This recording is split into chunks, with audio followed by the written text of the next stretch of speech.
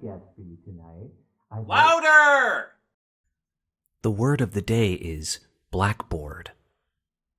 Welcome back. I'm Cam. I'm Nick. I'm Ryan. I'm Griffin. Welcome back to the Big Bad Beetle Bros for episode 32. Yo ho, Borgs.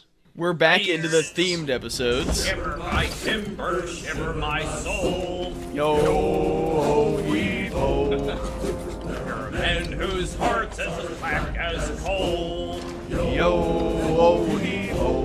Shuki Levy read Treasure Island and was like, I got this. I am the one to adapt this fantastic novel. This is my moment. Dude, you could tell me it was an adaptation of Treasure Planet and I wouldn't know. They're getting assigned a new class project. They've got to do a history report on a historic figure, but they can, be in groups. So Roland and Drew, I'm going to keep saying Josh. Roland and Drew are going to be on the same team, I guess. And I know my heart's missing them too. Yeah, they say George Washington's too boring, but it belongs.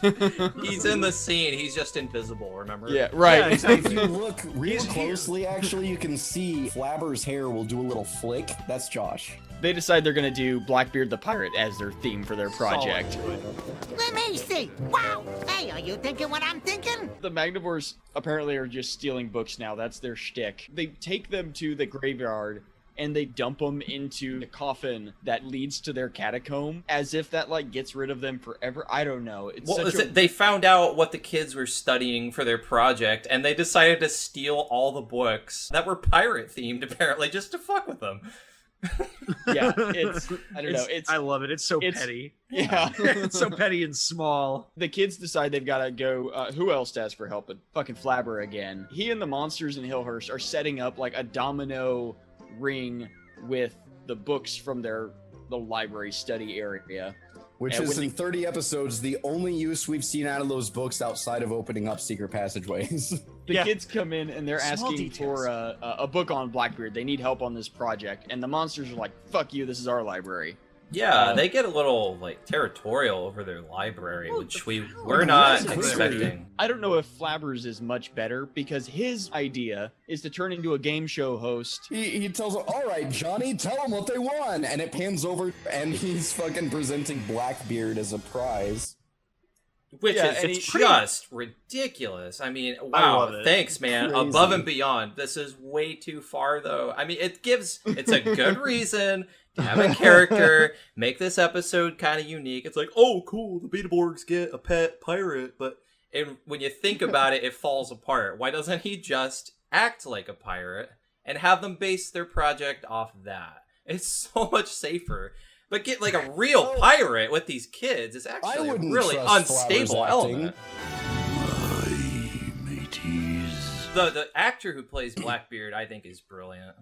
Yeah, did a fantastic job. The kids decide, okay, we're gonna go take Blackboard. Damn it. There it is. There it is. Oh, I was waiting. Oh man, we didn't even. Oh, it's perfect. Wasn't even an accident.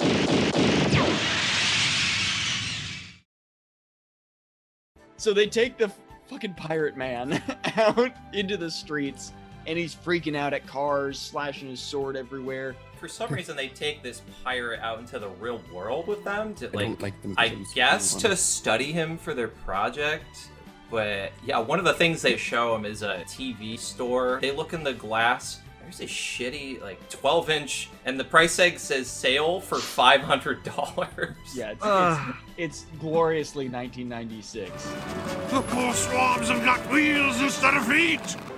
They're inline skates. How can I get me some? Immediately after that, just go ahead and take him right to the school, because where the hell else do you take a pirate? One of the scourges of the sea. He rolls into the classroom. Tonto, jump on it! Jump on it! There is a high statistical probability that he has syphilis. Jump on it! Jump on it! Jump on it! I guess they weren't going for historical accuracy, but he didn't have any sores or anything. Jump on it! Jump on it! They call me Captain Blackbeard, man. And then he starts talking about his time on the Seven Seas and, murdering and raping and pillaging and all the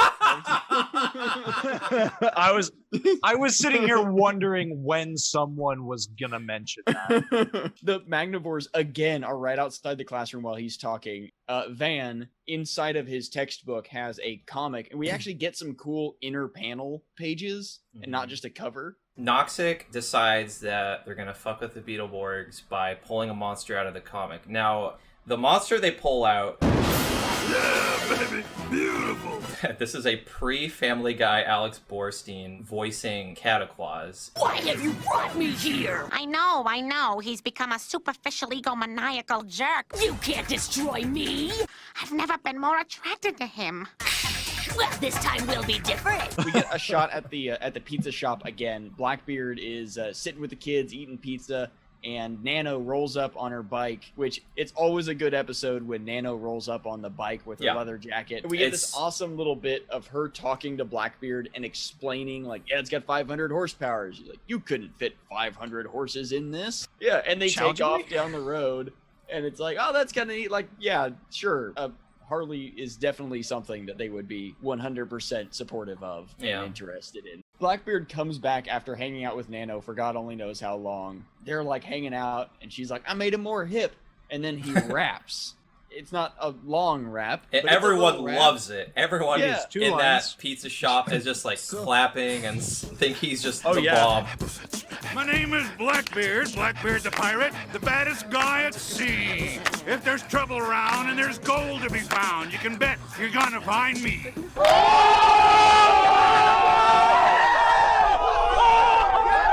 The magnavoors this whole time, they've set up a treasure chest across the street, and they're hiding inside the treasure chest, and when Blackboard eyes it, is like, all right. Okay. Blackboard eyes it. All right. Fuck you. It's okay. He goes over, and he opens it, magnavoors fire emoji out, and drag him away because he apparently can't fight for shit, even that's like 90% of his shtick.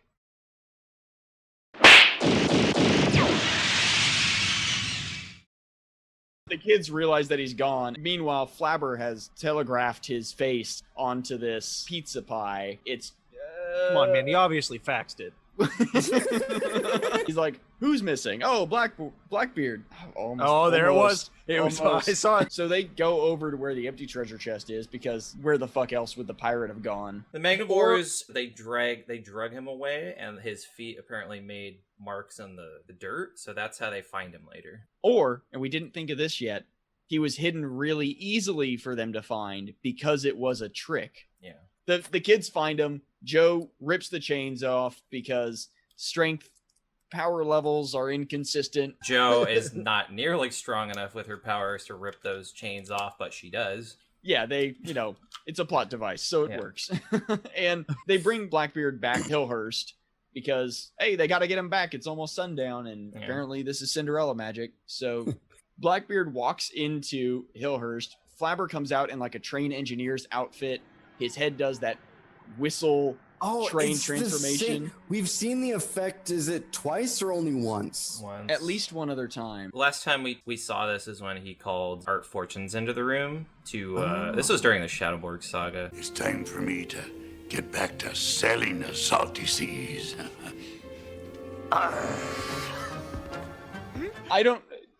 I keep thinking it's about to get really weird. Even though we watched this once already, and it's so unnecessary, and I think that's why it feels weirder and is harder to follow. Blackbeard is standing in the front doorway, and another Blackbeard walks from behind Flabber. Yeah. Flabber freaks out at both of them, and then they walk over to face each other. They are pretty good, like, splicing effect of showing both. It's the same actor twice. I'm the real Blackbeard, and by places, I'll prove it.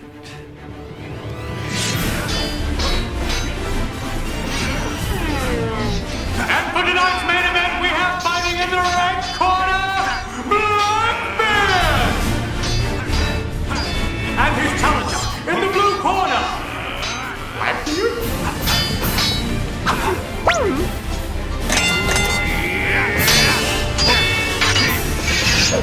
Oh, wait! I've got a better way to settle this. They ask Flabber for a book on pirates that would prove whether or not he's Blackbeard. The book that Flabber could have just given to the kids for their project, because apparently he has a book he can just materialize that says Blackbeard the pirate on the cover, but he doesn't give it to them for their project. They ask him a couple questions like when were you born and all this, and they can't figure out who's who.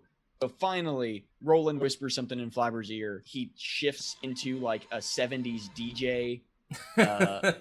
Grandmaster Flab. If there's trouble around and there's gold to be found, you can bet you're gonna find me. That rap battle is how they figure out who the real Blackbeard is. Cataclysm like teleports out the window of Hillhurst. Beetle Blinders!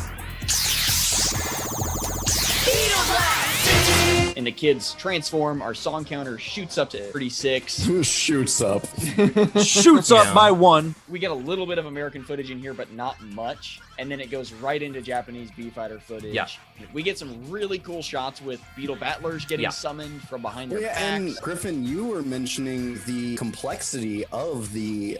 the suit has facial articulation. Yeah, the eyes are blinking, the mouth's moving. And they obliterate this guy. Like, they obliterate Cataclysm. It's over in seconds. Yeah. Per Beetleborg format, they just fucking nuke it. I'm surprised they didn't bring out the Beetle base for this, you know, threat. Just bring out Drew's new super form. That's that. It goes back, teleports into the comic. Van is now holding at Zoom Comics, and he shits himself and runs out of the comic shop because apparently he's never seen this happen, even though it happens once a week to somebody in Charterville. It is a regular thing. Right. Already. So this is like basically the end of the episode because Flabber teleports or time travels Blackbeard back into his normal place. It's the same inconsequential, like, introduce character gimmick for this episode, and at the end, time to say goodbye. No, you can't stay. You can't come back. There's no part 2. This isn't gonna. No one's gonna mention this the next time. We end the episode with the Hillhurst monsters come out dressed as pirates, and Flabber changes back into his pirate outfit, says, "I'm the captain." They all just fucking start yelling, "Mutiny, mutiny," and they just charge after him and chase him down the hall. Yeah, but the monsters like retort onto Flabber in this scene. There's like, "Oh yeah, you think you're in charge? Well, you got another thing coming, bitch."